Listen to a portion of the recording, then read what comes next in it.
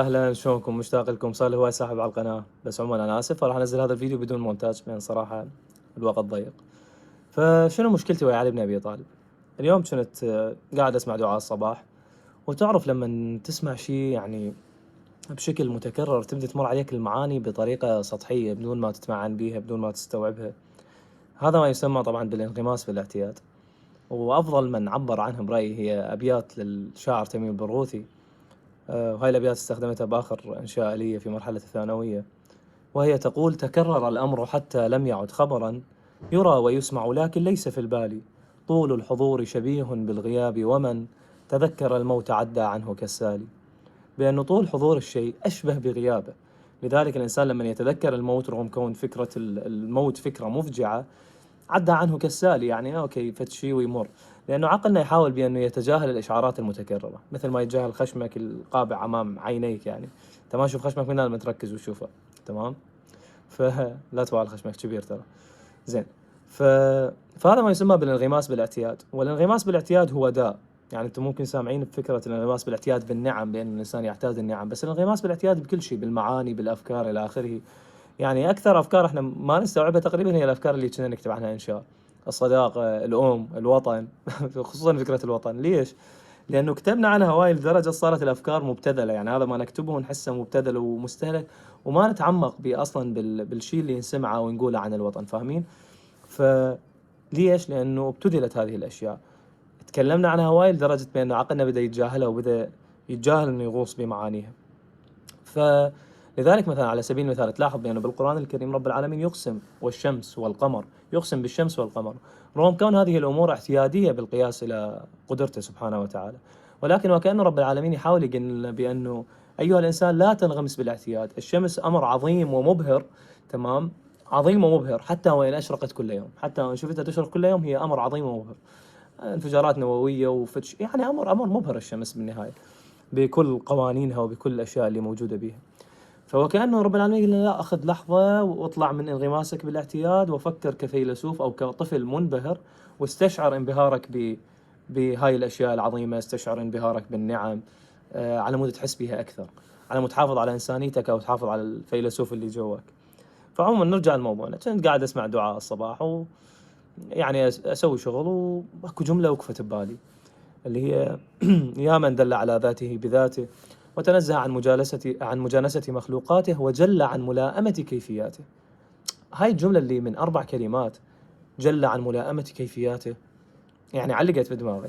لأن لو تدرون هاي الجملة اللي من 4 كلمات ايش قد تحل معضلات، يعني أو ما يسمى بالشبهات اللي موجودة عندنا. يعني مو بالضرورة أفكار إلحادية، لا، تساؤلات مرت علينا حول رب العالمين كلنا احنا. على سبيل المثال فكرة إذا كان رب العالمين هو اللي خلقنا، فمن اللي خلق رب العالمين؟ يعني إذا كان رب العالمين هو السبب لكل شيء وكل شيء له سبب، فمنو السبب اللي سوى رب العالمين؟ فاهمين هذا التساؤل اللي مر علينا وإحنا أطفال، ومر علينا حتى جزء أكو ناس كبار مر عليها وإلى آخره. فهاي جملة جل عن ملائمة كيفياته، ال4 كلمات تحل هذا الإشكال. ليش؟ لأنه بكل بساطة هاي الجملة تفهمك بأنه قانون السببية، بأنه كل شيء له سبب، هذا قانون موجود ضمن الكون مالتنا، ورب العالمين هو خالق هذا الكون. فمو من الصح أنه تجيب خالق هذا الكون وتقح ما ضمن هذا قانون السببية وتقول له اعطيني السبب مالتك. هو منفصل، هو منعزل عن قانون السببية، هو خالق قانون السببية، هو مقنن هذا القانون. فاهمين؟ يعني شيء بالشيء يذكر، كان مثال لطيف الدكتور مصطفى محمود لمن لا يفهم إغراقي بالفصحى، انه يقول مثلا تخيلوا هاي العرايس اللي تتحرك بخيوط، ماريونيت ما اعرف شو يسموها.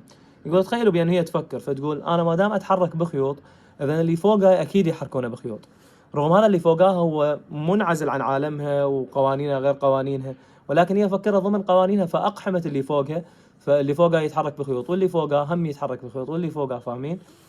رغم هو منعزل عن قوانينها. فهاي فكرة انه جل عن ملائمة كيفياته. كذلك شبهة اخرى مثلا: إذا كان رب العالمين يدري إنه أنا راح أخطأ وشنو بعدين أطب جهنم، فليش بعدين قرر؟ شايف؟ فاهمين فكرة إنه إذا كان اللي هو ماضي، فبعدين ورا ما كان قرر، اللي هو يعني هيك أكو تايم لاين، أكو خط زمني، فاهمين؟ وكأنه أدخلنا رب العالمين بقانون الزمان، ماضي وحاضر ومستقبل، كان وبعدين فكر وبعدين قرر وما أعرف شنو. ف فرب العالمين هو رب الزمان، هو خارج أصلا قانون الزمان، أنت لا تدخله بالماضي والحاضر والمستقبل، هو كل شيء في علمه حاضر. فلذلك حتى الإمام علي عليه السلام بنهج البلاغة يقول عن رب العالمين لما يخلق الكون بلا روية أجالها، يعني مو مثلنا يتروى واكو ماضي وحاضر ومستقبل، لأنه هو رب الزمان، فليس من المنطقي أن تطبق عليه قوانين الزمان. المهم فبعدها كمل التبديل وما أعرف شنو هيك. بعدين سمعته يقول وهذه خاطب رب العالمين، وهذه أعباء ذنوبي درأتها بعفوك ورحمتك. فاستغربت، يعني هذا الشخص أبو جل عن ملائمة كيفياته، تخيلته هيك كشخص عقلاني ومنطقي جدا، واللي هو الفلسفة والعلم والمنطق، وبعدين وهذه أعباء ذنوبي مو درأتها بعملي، درأتها بعفوك ورحمتك يا رب. تخيل الشخص زاهد وعابد ومتصوف وإلى آخره، فتحس وكأنه ذن الصفتين بالذروة أشبه أن يكونان يعني نقيضين. ففكرة أنه يندمج بيناتهم ويتنقل بهذه السلاسة، هاي مشكلتي ويا علي بن أبي طالب، بأنه 23 سنة ولا زال علي بن أبي طالب مبهر بالنسبة لي. يعني كل فترة والله علي بن أبي طالب مبهر لأنه يجمع فد 60 70 صفة بالذروة. يعني هسه أنت بالعادة لما أنت تتخيل فد إنسان عابد وزاهد وبالجامع يصلي هواي وكذا، صعب بأنه تتخيله كفارس قتال وشجاع وما أعرف شنو. هذا علي بن أبي طالب، يعني هو فارس في الذروة وهو عابد في الذروة، وهو رحيم ويفتر، يعني يفتر على أبواب الأيتام همين بالذروة. فغريب، وهو إنساني بالذروة، وهو فعجيب علي بن أبي طالب. هذا الخليط من التجانس ما بين المتضادات يخليك دائما تنبهر بعلي بن أبي طالب. ودكتور حسن بن فرحان المالكي عنده تعبير يعني كلش لطيف، بأنه هذا تجانس علي بن أبي طالب هو بكل بساطة لأن هو تربية محمد. هذا الإنسان هو منذ نعومة أظافره هو ربيب لمحمد، فنشأه محمد ليكون كما يعبر كاتب آخر معجزة محمد الخالدة. علي بن أبي طالب هو معجزة محمد الخالدة. هذا النموذج من التوازن خلق وكأنه هو معجزة. يعني عوفكم من أمور رد الشمس ما رد الشمس، غلو مو غلو ما أعرف شنو، المبهر هو هذا التجانس، هذا الاتزان اللي موجود بعلي بن أبي طالب. فدكتور حسن بن فرحان المالكي يقول بأنه ما غاب عنكم من محمد، من رسول الله، بفعل تغطية السلطات، لأن السلطات بني أمية وبني العباس حاولوا يكونون إمبراطوريات، فلازم يقربون نموذج النبي إلى نموذج الملك وكذا، على مود هم يمارسون حرياتهم الملوكية براحتهم، فحاولوا يقربون من هذا النموذج ويسطحون محمد بطريقة أو بأخرى. فيقول لك ما غاب عنكم من محمد ستجدونه في علي بن أبي طالب، لأن هو كل ما لدى علي، على حد تعبير علي بن أبي طالب، كل ما لديه هو أصلا من فيض محمد، يعني هو وبالتأكيد يعني مكانة النبي أعلى بكثير.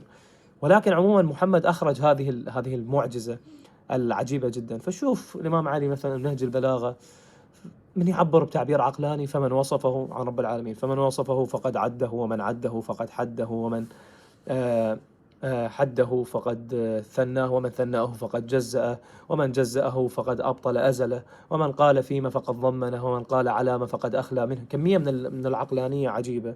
وبعدين تلقاه بدعاء أي الهيهات، أنت أكرم من أن تضيع من ربيته، أو تبعد من أدنيته، أو تسلم إلى البلاء من كفيته ورحمته. عجيب يعني، تعبد عجيب وعقلانية عجيبة. علي بن أبي طالب نموذج يعني مبهر جدا. وصلت 8 دقائق، أنا آسف، والفيديو بدون مونتاج. اختاريت انه احكي عن علي بن ابي طالب لانه الكلام عنه بالنسبه لي جدا سلس وجدا استمتع به. مستعد اسوي الفيديو في 30 دقيقه وما اشبع. فراح اختم يعني رسالتي من هذا الفيديو بانه كونوا دائمين الانبهار بعلي بن ابي طالب، بهذا التوازن من الصفات، هذه الصفات التي تجمع بطريقه عجيبه يعني. وهاي رساله لي قبلكم، انا كلش يعني مو تواضعا بس بعيد كل البعد عن التعلم منه، ولكن على الاقل احب انه اسولف عنه، فلعل في هذا خير يعني. فراح أختم بأبيات يعني للشاعر الكبير اللي هو أنا كتبتها عن علي بن أبي طالب. تقول: وخلقت من طين الكمال مجردا، ووهبت معجزة تعين محمدا، أنت العصا ولقفت كل ضلالهم، هو إذ رماك كان رميا سددا، وشققت بحر جموعهم يا سيدي، بك يستبان نفاق من لبس الهدى، لا يحبك إلا مؤمن. وشققت بحر جموعهم يا سيدي، بك يستبان نفاق من لبس الهدى، ما شطر سيفك إلا رمز شطرتهم، لو الجميع عدول نصلك اتحد. فشكرا جزيلا لكم. هذا يعني كان فيديو سريع، شكرا. هاي 10 دقائق ضبط. هو القناة حتى ما بيها اعلانات على مود اسوي 10، ما قاصد يعني. مع السلامة.